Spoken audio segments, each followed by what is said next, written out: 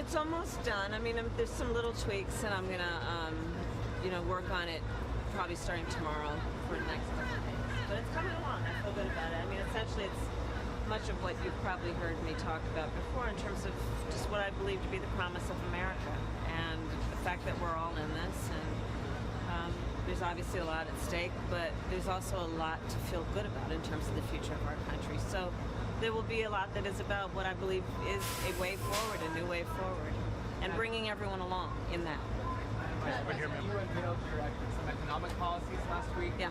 Can you explain how you're going to pay for those, and can you give us a sense of what other policies you want to unveil going forward? Sure. Well, I mean, you just look at it in terms of what we are talking about, for example, around children and the child tax credit and extending the EITC. It's at $6,000 for the first year of a child's life. The return on that investment in terms of what that will do and what it will pay for will be tremendous. We've seen it when we did it the first year of our administration. We reduced child poverty by over 50%. So that's a lot of the work. And then what we're doing in terms of the tax credits, we know that there's a great return on that investment. When we increase home ownership in America, what that means in terms of increasing the tax base, not to mention property tax base, what that does to fund schools, again, return on investment. I think it's a mistake for any person who talks about public policy to not critically evaluate how you measure the return on investment. When you are strengthening neighborhoods, strengthening communities, and in particular the economy of those communities, and investing in a broad-based economy, everybody benefits, and it pays for itself in that way. Madam Vice President, CBS News has a new poll, shows that you're 3 points up nationally.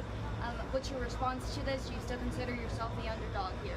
I very much consider us the underdog. We have a lot of work to do to earn the vote of the American people. That's why we're on this bus tour today, and we're going to be traveling this country as we've been, and talking with folks, listening to folks, and hopefully earning their votes over the next 79 days. This is your second time in Pennsylvania since you became the Democratic nominee. Do you feel like you have ground to make up here?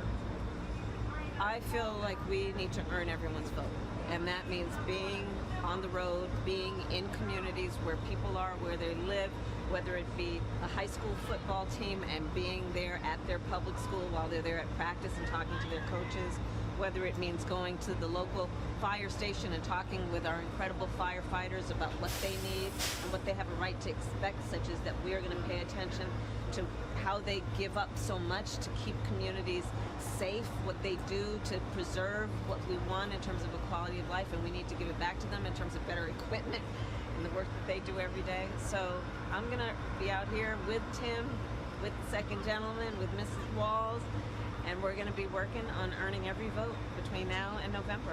Sorry, last question. Do you think Israeli Prime Minister Netanyahu is ready to agree to a ceasefire deal? I will not speak for him, but I will tell you that these conversations are ongoing and we are not giving up, and we are going to continue to work very hard on this. We got to get a ceasefire, and we got to get those hostages out. Thank you, President. Please hold right here for me. Thank you. Thank you so much. Please keep holding. Please keep holding. Please keep holding. Please keep holding for me. Give me 1 second. Let me sneak in front of you guys. Sneak in front of you. Some kind of sandwich going around that side.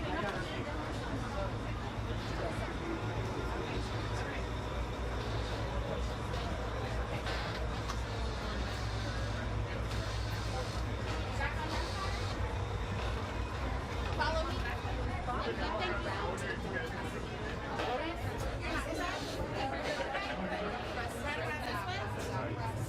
Thank you. Press go around. Press go around. Thank you. Press go around.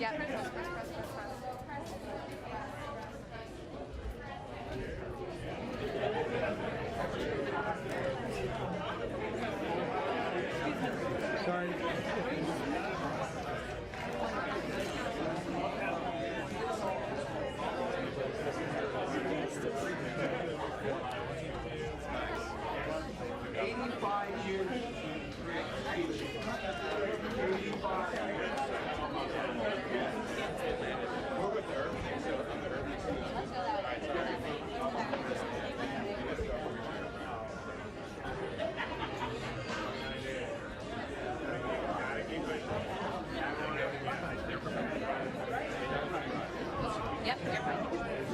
Yeah, thank you. Thank you very much for bringing it back. Yeah, absolutely.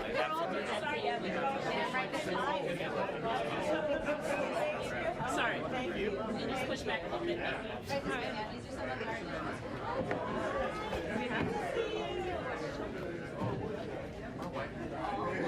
Goodness, have you been reading it? You have?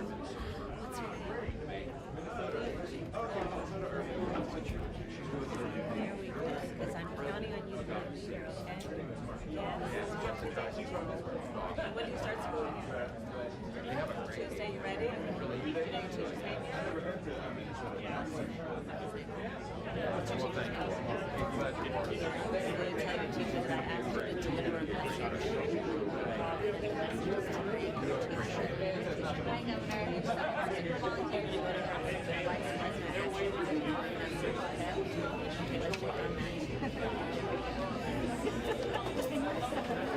Thank you all very much. How are you doing?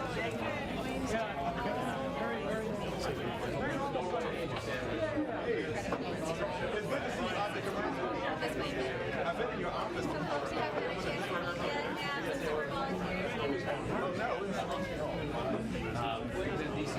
Yeah, so I visited your office.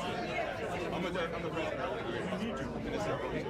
It's good to you. You're not losing what they say.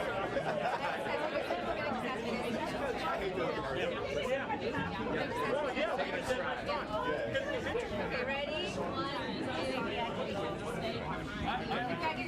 1